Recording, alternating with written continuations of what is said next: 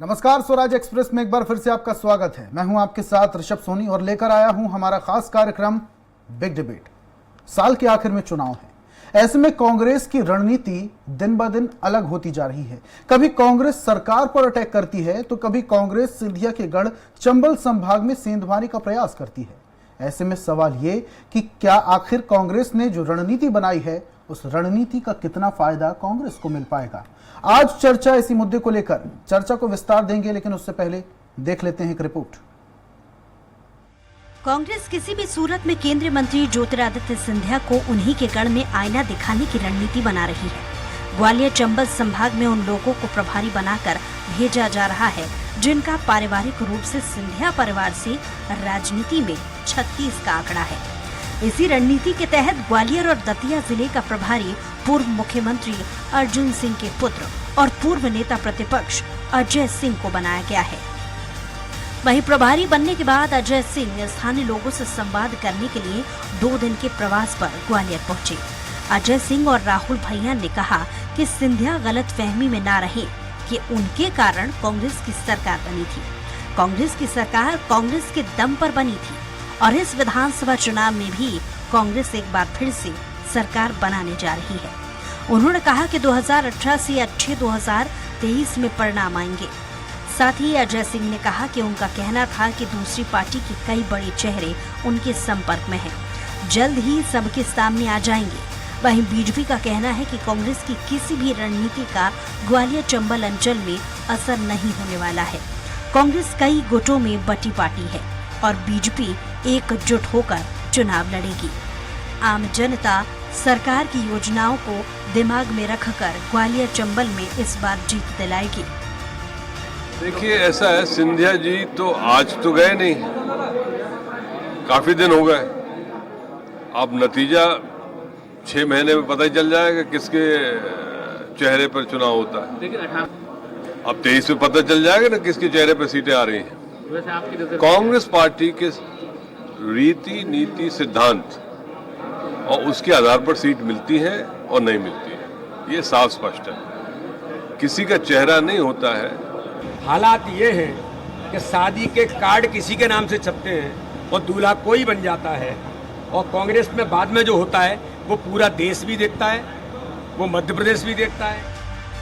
बहरहाल कांग्रेस की कोशिश है कि सिंधिया को गढ़ में घेर कर 2023 के रण में जीत का सेहरा बंध सके। ऐसे में देखने वाली बात ये होगी कि कांग्रेस की ये रणनीति आखिर कब और कैसे कितनी कारगर साबित होती है, ये आने वाला वक्त बताएगा। ग्वालियर से विनोद शर्मा, स्वराज एक्सप्रेस। तो साल के अंत में विधानसभा चुनाव है और विधानसभा चुनाव को देखते हुए बीजेपी हो या फिर कांग्रेस, दोनों ही पार्टी ने कमर कस ली है और जमीनी स्तर पर जाकर जनता से सीधा जुड़ रहे हैं ताकि आने वाले वक्त में इसका सीधा फायदा विधानसभा चुनाव में जुड़ सके। इस चर्चा में हम तमाम मेहमान जोड़ेंगे, लेकिन उससे पहले सीधा आपको लिए चलते हैं जहां ग्वालियर से हमारे सहयोगी विनोद शर्मा जुड़ चुके हैं। सीधा उनके पास चलते हैं। विनोद, ग्वालियर में जिस तरीके से अब सेंधमारी की खबरें सामने आ रही हैं, वोटों की सेंधमारी की शुरुआत हो चुकी है। एक अहम किरदार ग्वालियर चंबल अंचल संभालता है जब जब मध्य प्रदेश में चाहे लोकसभा चुनाव हो या फिर विधानसभा चुनाव, कोई से भी चुनाव हो, ग्वालियर अंचल संभाग एक महत्वपूर्ण जिम्मेदारी निभाता है। अब ऐसे में कांग्रेस की तरफ से अलग तरीके की रणनीति बनाई जा रही है ताकि सिंधिया जो कि कांग्रेस में हुआ करते थे अब वो बीजेपी में और बीजेपी में एक बड़े नेता के तौर पर उभर कर सामने आए हैं। लेकिन कहीं ना कहीं बीजेपी की तरफ से आरोप भी लगाते रहे हैं कि सिंधिया को वो जिम्मेदारी जवाबदारी नहीं दी गई कांग्रेस में जो जिस चीज की वो हकदार थे, अब बीजेपी में उन्हें मिलने लगी है। इस बात से कहीं ना कहीं कांग्रेस में गलत चीजें भी सामने आ रही हैं। आज पूर्व नेता प्रतिपक्ष अजय जी का ग्वालियर में दौरा था, क्या कुछ अपडेट मिल पा रही है और जमीनी स्तर पर क्या कुछ रिपोर्ट सामने आ रही है?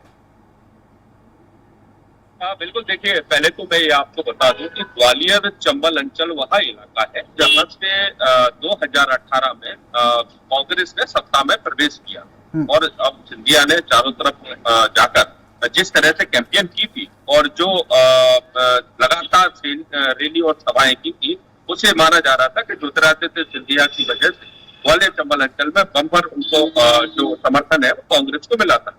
लेकिन ये भी सही है कि जब सरकार गई कांग्रेस छोड़कर जब ज्योतिरादित्य सिंधिया बीजेपी पे पहुंचे तो ग्वालियर चंबल अंचल की वजह से ही फिर दोबारा से बीजेपी सत्ता में काबिज हुई।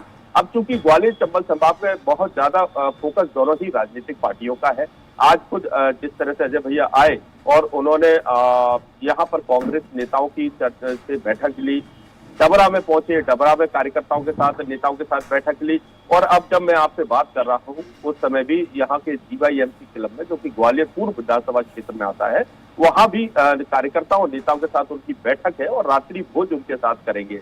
तो एक रणनीति के तहत ग्वालियर चंबल संभाग में जो कांग्रेस के नेता है वो लगातार आ रहे हैं, चाहे गोविंद सिंह हो या फिर राज्यसभा सांसद दिग्विजय सिंह हो या फिर जिस तरह से जो अजय भाई आए हैं, उसके तहत ये माना जा सकता है कि ग्वालियर चंबल संभाग को एक महत्वपूर्ण माना जा रहा है। और आज उन्होंने साफ तौर पर कहा कि जो कांग्रेस में सीटें जीती थी वो किसी के चेहरे से नहीं जीती थी, बल्कि कांग्रेस ने अपने स्तर पर जीती थी। अगर ऐसा होता तो जब उपचुनाव हुआ तो इमरती देवी क्यों हार गई, वो डबरा से थी, मुन्ना लाल गोयल क्यों हार गए, वो ग्वालियर पूर्व से थे, और दोनों ही नेता जो है वो ज्योतिरादित्य सिंधिया के समर्थक थे। तो अगर ज्योतिरादित्य सिंधिया द्वारा के चेहरे से अगर उनको वोट मिले तो फिर उपचुनाव में वो दोनों क्यों हार गए, और यही कारण है कि ग्वालियर में बड़ी संभावना तलाशी जा रही है कांग्रेस के द्वारा।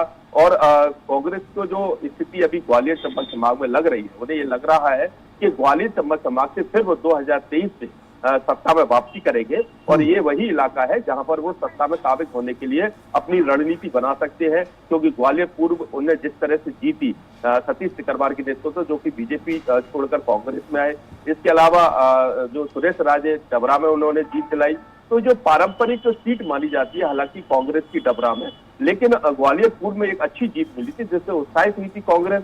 अब उनका जो कहना है कि भितरवार चूंकि पहले से ही कांग्रेस के खाते में है, इसके अलावा चूंकि ग्वालियर दक्षिण कांग्रेस के खाते में है, ग्वालियर 15 जो कांग्रेस ने पहले जीती थी 2018 में, लेकिन उपचुनाव में प्रद्युम्न सिंह तोमर ने इस सीट से अपनी विजय दर्ज करी थी। तो एक बड़ा कह सकते हैं कि ग्वालियर चंबल अंचल फेरबदल करने के लिए मशहूर है, और यही कारण है कि कांग्रेस की नजर ग्वालियर चंबल अंचल पर ज्यादा स्थिर है। बिल्कुल, और बहुत जरूरी भी है यहाँ पर तमाम पार्टियों को जीत अगर हासिल करनी है तो कहीं ना कहीं ग्वालियर चंबल अंचल से होकर ही गुजरना होगा। बहुत बहुत शुक्रिया विनोद हमारे साथ जुड़ने के लिए। और अब चर्चा का रुख करते हैं, और चर्चा में तमाम मेहमान हमारे साथ शामिल हो रहे हैं। पूर्व विधायक बीजेपी से हैं शंकरलाल तिवारी जी। तिवारी साहब, बहुत बहुत स्वागत है आपका। कांग्रेस प्रवक्ता अनुराधा सिंह हमारे साथ जुड़ चुकी हैं।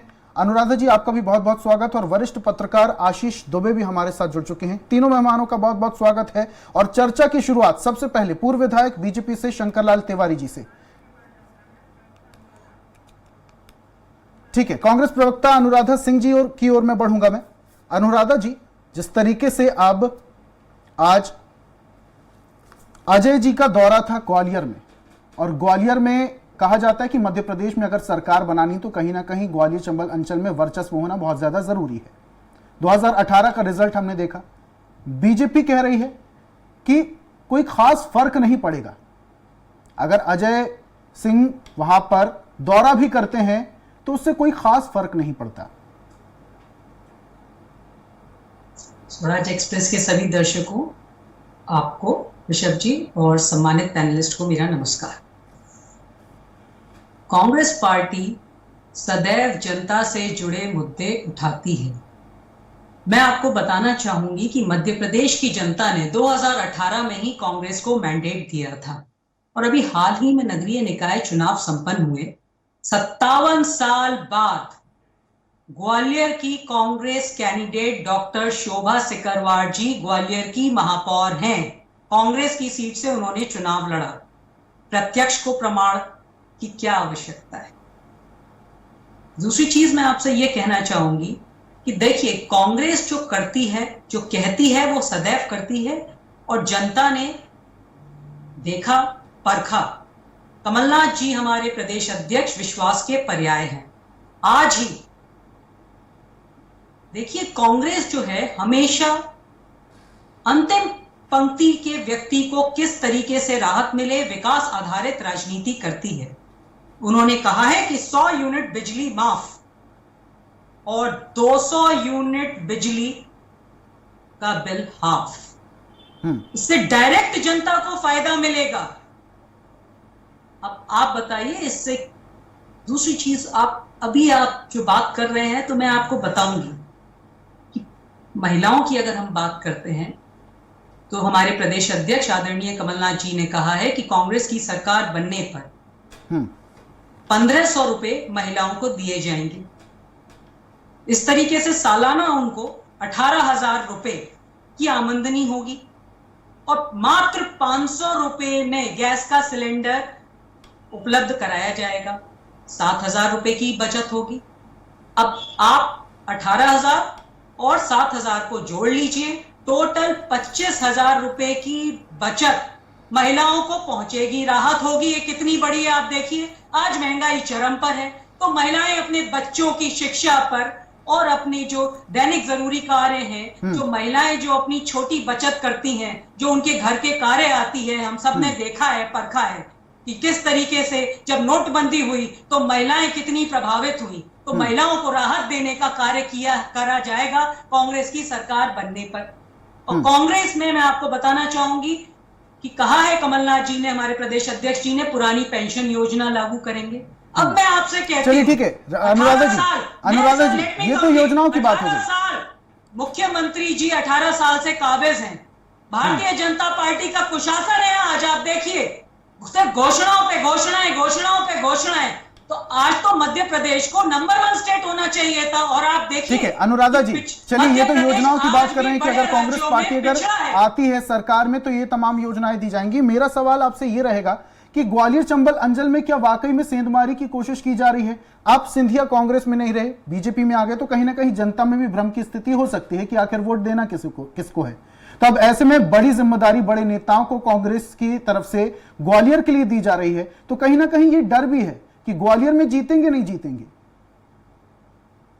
देखिए, मध्य प्रदेश की जनता ने, और आप ग्वालियर की बात कर रहे हैं, तो 2018 में ही कांग्रेस को जनादेश दिया था, कांग्रेस को मैंडेट दिया था। और जैसा मैं आपको बता रही हूं कि अभी हाल ही में साल भर पूर्व नगरीय निकाय चुनाव संपन्न हुए हैं, उसमें 57 साल बाद कांग्रेस की मेयर कैंडिडेट डॉक्टर शोभा सिकरवार जी विजयी हुई हैं और बड़ी संख्या में कांग्रेस के पार्षदगण विजयी हुए हैं। ये क्या दर्शाता है? कांग्रेस सदैव जनता से जुड़े मुद्दे उठाती है, विकास आधारित राजनीति करती है और उसी का बीच में रोक रहा हूं, एक जरूरी सवाल आपसे ले रहा हूं कि अनुराधा जी के नेतृत्व में एक जरूरी सवाल सरकार बनाने जा रही है मध्य प्रदेश। अनुराधा जी, ये जो आपने बात की इस पर मैं सवाल लेना चाह रहा हूं। बीजेपी के तमाम लोग और सिंधिया समर्थक लोग भी कह रहे हैं कि 2018 में जो कांग्रेस की सरकार बनी थी वो सिंधिया जी के दम पर बनी थी। इस बात में कितनी सच्चाई है, कितना मानती हैं आप? मैं आपसे ये कह रही हूं कि आप आंकड़े देखिए कि अगर आप ग्वालियर की अगर स्पेसिफिकली बात कर रहे हैं तो उपचुनाव पे आ जाइए, जिसमें आपकी डबरा विधानसभा सीट कांग्रेस ने जीती। ग्वालियर जो पूर्व की आप देखिए सीट, जो डॉक्टर सतीश सिकरवार जी विधायक हैं, कांग्रेस के विधायक हैं, दोनों कांग्रेस के विधायक हैं। राजे जी, आदरणीय राजे जी कांग्रेस के विधायक हैं डबरा से, और डॉक्टर सतीश सिंह सिकरवार जी भी कांग्रेस के विधायक हैं ग्वालियर पूर्व से। और मैं पुनः आपको स्मरण करा दूं कि अभी हाल साल भर भी नहीं बीता है, ग्वालियर की जनता कांग्रेस में अटूट विश्वास व्यक्त करती है। कमलनाथ जी विश्वास का पर्याय हैं। कांग्रेस की नीति को देखा है, जो कांग्रेस कहती है वो कांग्रेस ने किया। 27 लाख किसानों का कर्जा माफ किया। ये डायरेक्ट बेनिफिट्स हैं जो मध्य प्रदेश की जनता ने देखा। और मैं आपको बताना चाहूंगी कि उसी का परिणाम है कि देखिए मध्य प्रदेश की जनता प्रचंड बहुमत से कांग्रेस की ठीक है, आपके पास वापस से आऊंगा अनुराधा जी। है। बीजेपी से पूर्व विधायक शंकरलाल तिवारी जी हमारे साथ जुड़ चुके हैं, उनका रुख करता हूं मैं। तिवारी साहब, आज नेता प्रतिपक्ष, पूर्व नेता प्रतिपक्ष अजय सिंह का दौरा था ग्वालियर में, और अब यह भी कयास लगाए जा रहे हैं कि सिंधिया के वोटों पर सेंधमारी के लिए कांग्रेस उन नेताओं को जमीनी स्तर पर उतार रही है जो पारिवारिक विरोधी रहे हैं सिंधिया परिवार के। इसका कोई असर? जहाँ तक कांग्रेस की बात है, इस तरह की दाव पेच वो आजमाती रही है, और आज नहीं। जब हम लोग राजनीति शुरू किए तो उस जमाने में भी सुचेता कृपलानी और आचार्य कृपलानी बड़े नाम है देश के, इन दोनों को लड़ा दिया था कांग्रेस ने चुनाव के मैदान में। तो ये सब होता रहता है। रीवा में भी कई बार इस तरह के वातावरण बने हैं चुनाव में, ये बड़ी बात नहीं है राजनीतिज्ञों के लिए और पार्टियों के लिए, विशेषकर कांग्रेस तो ये करती रही। अब रह गई बात ये कि अभी मेरे सामने कांग्रेस की प्रवक्ता बहन कह रही थी कि 3 लाख हेक्टेयर सिंचाई होती थी। आप पूछ रही हैं 18 साल में क्या किया। अरे 18 साल में आप समझिए, मध्य प्रदेश की सबसे बड़ी जरूरत थी सिंचाई, जो पूरे 50-55 साल में उस पर ध्यान नहीं दे पाए लोग। और कुल जब हम 2003 में खुद विधायक हुए तो उस समय जो गवर्नमेंट की सिंचाई का रकबा था प्रदेश के अंदर 3 लाख हेक्टेयर का था। आज आप सबके आशीर्वाद से और इसी सरकार की मेहनत से वो 60 लाख हेक्टेयर की सिंचाई कर रहे हैं हम। किसान की सबसे बड़ी जरूरत पानी है और उसको इस सरकार ने पूर्ति किया। 18 साल कोई काम करे और आपको उसका एक काम भी अच्छा न लगे, ये तो ताज्जुब की बात है। मातृ मृत्यु दर, शिशु मृत्यु दर इस कदर थी, आज वो फिगर लेके मैं नहीं बैठा हूं, पर उसके कारण बहुत चिंताजनक स्थिति थी। उसके लिए जननी पृष्ठ योजना मध्य प्रदेश में भाजपा ने चला, फिर अन्य प्रदेशों में भी चली और आज भी मातृ मृत्यु दर में कमी आई है। आप देख लीजिए, प्रतिशत उठा के फिर कहिए तिवारी साहब, अच्छी होना चाहिए। तिवारी साहब, नहीं आप फिर कहिए कि और सरकार ने इतना अच्छा अभी काम आप कह रहे किया। तो ये आधा सेकंड भाई साहब, आधा सेकंड सिर्फ। अभी मेरी बहन कह रही थी 27 लाख का कर्जा माफ किया किसानों। बार बार कहते हैं, सभी मित्र मेरे कांग्रेस के कहते हैं और विधानसभा में मंत्री ने भी कहा, इसमें कौन सी बड़ी बात है। और सवाल ये है कि 2 लाख वालों को के लिए क्या जवाब है, हमारी सरकार नहीं रही। अरे भैया आपने कहा था 10 दिन में माफ करेंगे, 2 लाख रुपए देंगे। अभी लाडली महीना में इसी तरह की सिगुफेबाजी, न सरकार आनी है, न 9 मन तेल होना है, न राधा नाचनी है, हम 1500 देंगे। और इस नाते इस सरकार ने काम किया है 2003 से 8 तक, तब 2013 में चुन के आई है, फिर 13 से लेकर के 5 वर्ष काम किया है, फिर चुन के आई है। और इस नाते बिना काम के चुन के नहीं आए। दिग्विजय सिंह का रिजल्ट नहीं, दिग्विजय सिंह जी का रिजल्ट 2003 का उठा लीजिए। तिवारी साहब, अगर इतना अच्छा काम किया, बीजेपी पार्टी ने, बीजेपी सरकार ने इतना अच्छा काम किया, 2018 में सत्ता परिवर्तन क्यों हो गया फिर? मेरा सवाल इसलिए है, तिवारी साहब, मेरा सवाल ये वाला इसलिए है क्योंकि कांग्रेस के तमाम लोग अब ये कह रहे हैं कि सिंधिया, बीजेपी पार्टी इस भ्रम में ना रहे कि 2018 का चुनाव सिंधिया की वजह से जीते थे, कांग्रेस जीती थी अपने दम पर। आप किसी भी सूत्र में बात करिए, मैं बीजेपी की बात कर रहा हूं, इसलिए उसमें बड़े नेता है हमारे मानवर सिंधिया जी, और इसलिए आप अगर कह रहे हो तो उससे तो हमारा लाभ होना चाहिए ना। आप देखिए खुली आंखों से जरा, अगर अपने किसी चश्मे से देखना। ठीक है तिवारी साहब, अगर वापस से आऊंगा आपके पास। आज वो कांग्रेस छोड़ के बाहर की बात होता है और भी मेहमान हमारे साथ जुड़े हुए हैं, उनके पास भी मुझे जाना है, वरिष्ठ पत्रकार हमारे साथ जुड़े हुए हैं, मैंने कहा ये तो उनका करूंगा मैं। आशीष दुबे जी जुड़े हुए हैं। तिवारी साहब वापस से आऊंगा। आशीष जी, ये जो अब वोटों की सेंधमारी का सिलसिला चल पड़ा है, साल के अंत में विधानसभा चुनाव, और विधानसभा चुनाव या कोई से भी चुनाव अगर देखें पूरे भारत देश में, तो चुनाव कम और युद्ध स्तर के लेवल के चुनाव ज्यादा लगते हैं। चुनाव का पैटर्न आजकल चेंज हो गया है, चुनाव का तरीका, चुनाव का लड़ने का तरीका और राजनीतिक समीकरण आजकल बदलने लगे हैं। अब जो खबरें सामने आ रही हैं ग्वालियर चंबल अंचल में वोटों की सेंधमारी की, और वोटों की सेंधमारी इसलिए ग्वालियर चंबल में सिंधिया जी का गढ़ ना कहा जाए तो कहीं ना कहीं उनका प्रभाव तो ग्वालियर चंबल अंचल में है ही। अब ऐसे में उनके वोटों की सेंधमारी कांग्रेस ने शुरू की, बड़े नेता उतार रहे हैं, और वो नेता उतार रहे हैं जो पारिवारिक तौर पर सिंधिया विरोधी रहे या सिंधिया परिवार के विरोधी रहे। ऐसे में जनता के बीच में कहीं ना कहीं कश्मकश की स्थिति हो सकती है कि वोट किसे देना है, बीजेपी को, कांग्रेस को।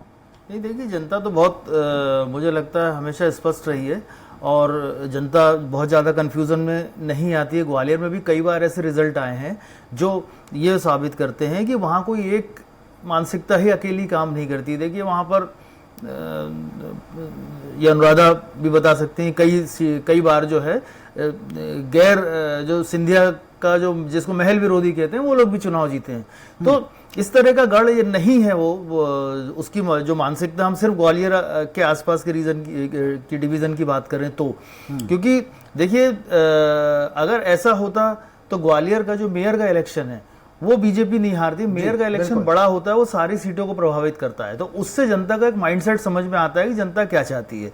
दूसरी बात यह है कि ग्वालियर चंबल का जो पूरा इलाका है, वहाँ की 34 में से 28 करीब सीटें कांग्रेस ने जीती थी 2018 में, तो एक अपर हैंड कांग्रेस का है। ये अलग बात है कि कुछ विधायक वहां से चले गए, इस्तीफा दे दिया फलाना, लेकिन इन सबके बावजूद भी जब ग्वालियर का मेयर इलेक्शन कांग्रेस जीती तो ये चीज अपने आप सिद्ध होती है कि ग्वालियर में अभी भाजपा को मेहनत करनी पड़ेगी। अब दूसरी बात यह है कि अभी जो बात हो रही थी, हमारा जो फोकस है कि ग्वालियर में कांग्रेस को लगता है कि जनता के पास वही माइंडसेट अभी भी है मेयर इलेक्शन वाला, या 2018 वाला बीच का छोड़ दिया जाए, तो वो कांग्रेस को वोट करेगी।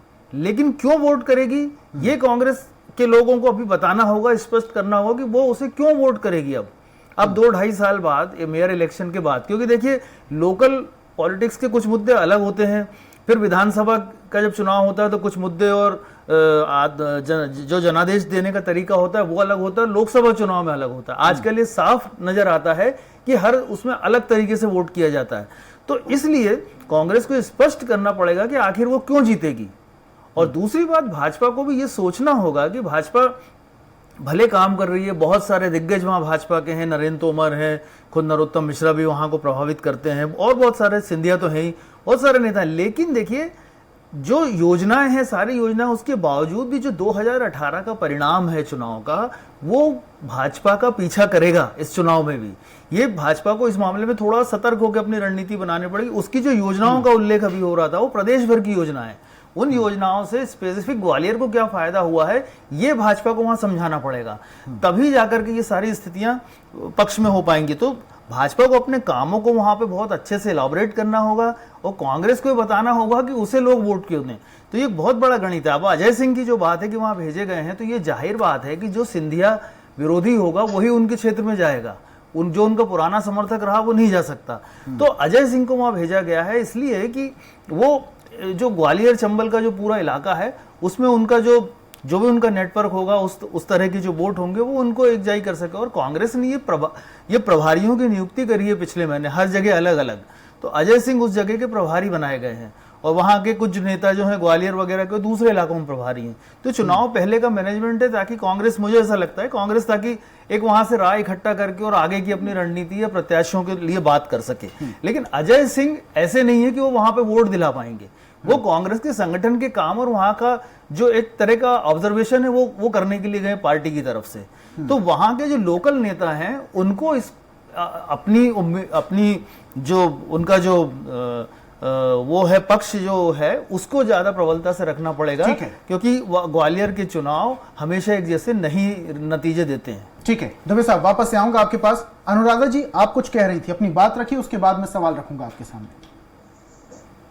18 सालों से आदरणीय मुख्यमंत्री जी का कुशासन है, मैं आपको बताना चाहूंगी। आप देखें, आज आशा उषा कार्यकर्ता क्यों धरने पर बैठती हैं? मैं प्रश्न पूछती हूँ भारतीय जनता पार्टी से, डॉक्टर्स क्यों धरने पर बैठते हैं?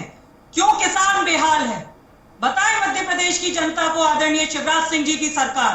और मैं आपसे ये प्रश्न पूछना चाहती हूँ, मध्य प्रदेश के श्रम पोर्टल पर 1,21,00,000 बेरोजगार क्यों है आज? ये भारतीय जनता पार्टी की विफलता है। आपने, भारतीय जनता पार्टी ने 6 इन्वेस्टर्स समिट किए और कितना इन्वेस्टमेंट आया बताएं मध्य प्रदेश की जनता को। घोषणाओं पे घोषणाएं, घोषणाओं पे घोषणाएं, अरे उनका जमीनी क्रियान्वयन क्या है ये तो बताइए जरा। ठीक है अनुराधा जी, लेकिन आप धरना प्रदर्शन की बात कर रही थी, वो तो हर कांग्रेस, हर पार्टी की सरकार में होता ही, वो तो लंबे वक्त से चला आ रहा है। अनुराधा जी, धरने प्रदर्शन की आप बात कर रही थी, रैलियों की आप बात कर रही थी, ये तो लंबे वक्त से चला आ रहा है, चाहे किसी भी पार्टी की सरकार हो, प्रदर्शन तो होता ही, धरना प्रदर्शन, विरोध प्रदर्शन तो होता ही। आदरणीय मुख्यमंत्री शिवराज सिंह जी के शासन में आप देखिए जनता त्रस्त है आज। लेकिन अनुराधा जी, इस बात को भी नहीं नकारा जा सकता है कि लंबे वक्त से जनता बीजेपी पार्टी को, शिवराज सरकार को समर्थन देती आई है, तब तो लंबे वक्त तक बीजेपी मध्य प्रदेश में शासन कर रही है। मैं आपसे वही उसी बात का तो मैं प्रश्न पूछ रही हूँ भारतीय जनता पार्टी से। आज हर वर्ग बेहाल है भारतीय जनता पार्टी के कुशासन से, आप लोग स्वयं कवर करते हैं। अभी थोड़े देर पूर्व की ही घटना है, आप बताइए डॉक्टर्स क्यों गए? क्यों धरना प्रदर्शन क्यों हो रहा है, क्यों? क्योंकि उनको, आप बताइए, क्या उनको एड्रेस नहीं करना चाहिए उनके इश्यूज को? मैं पूछ रही हूं सरकार को, क्या एड्रेस इतनी असंवेदनशील सरकार को होना चाहिए? अभी थोड़े दिन पूर्व की घटना है, महिला, एक छोटा सा मासूम बालक अपने छोटे भाई के शव को लेकर जिला अस्पताल के बाहर बैठा रहा, एम्बुलेंस समय की बाध्यता अनुराधा जी, ठीक है। मैं आपसे ये कहती हूँ कि भारतीय जनता पार्टी का जो कुशासन है उससे मध्य प्रदेश की जनता त्रस्त है। चलिए ठीक है, भारतीय जनता पार्टी के कुशासन से जनता त्रस्त है। तिवारी साहब अपनी बात रखिए, जल्दी से 20 सेकंड का समय है, देखिए अपनी बात रखिए, विधानसभा चुनाव समय की बाध्यता है। ठीक है अनुराधा जी, तिवारी साहब 20 सेकंड का समय है, अपनी बात रखिए। भारतीय जनता पार्टी के कुशासन से मध्य प्रदेश की जनता परेशान हो चुकी है, इसलिए अब इस बार कांग्रेस की बारी। मेरे को इस डिबेट में समझ में नहीं आ रहा कि सब्जेक्ट कहाँ है। सब्जेक्ट में तो कोई बात आ नहीं रही है प्रतिपक्ष से, पर इसके बावजूद भी अरे आप अपना लेखा जोखा बताइए ना। 18 सालों में आपने मध्य प्रदेश की जनता को आप बताइए कितनी त्रस्त है, क्या आपकी योजनाओं का क्रियान्वयन है? क्यों खराब कर रही है? इससे कोई लाभ आपका नहीं होना। जवाब सुनिए, मैंने बताया कि 3 लाख से 60 लाख हेक्टेयर की सिंचाई, किसान को पानी की जरूरत है, हमने बिजली को। चलिए ठीक है तिवारी साहब, हर बात अनुराधा जी, बिजली हमने पर्याप्त किया, लाडली बहन आपने अभी नकल किया, हमने लाडली बिटिया पहले बना दिया।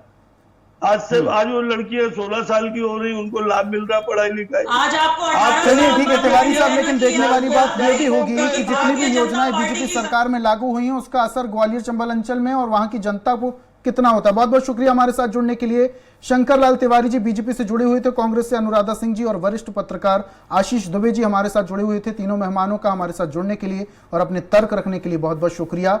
और हम बात कर रहे थे जिस तरीके से अब ग्वालियर चंबल अंचल में वोटों की सेंधमारी के लिए दोनों ही पार्टियां जमीनी स्तर पर उतरकर जनता को प्रभावित कर रही हैं, सीधा उनसे बात कर रही हैं। देखने वाली बात यह है कि इसका असर विधानसभा चुनाव में कितना होता है।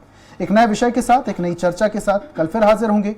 तब तक के लिए मुझे दीजिए इजाजत और आप देखते रहिए स्वराज एक्सप्रेस। नमस्कार।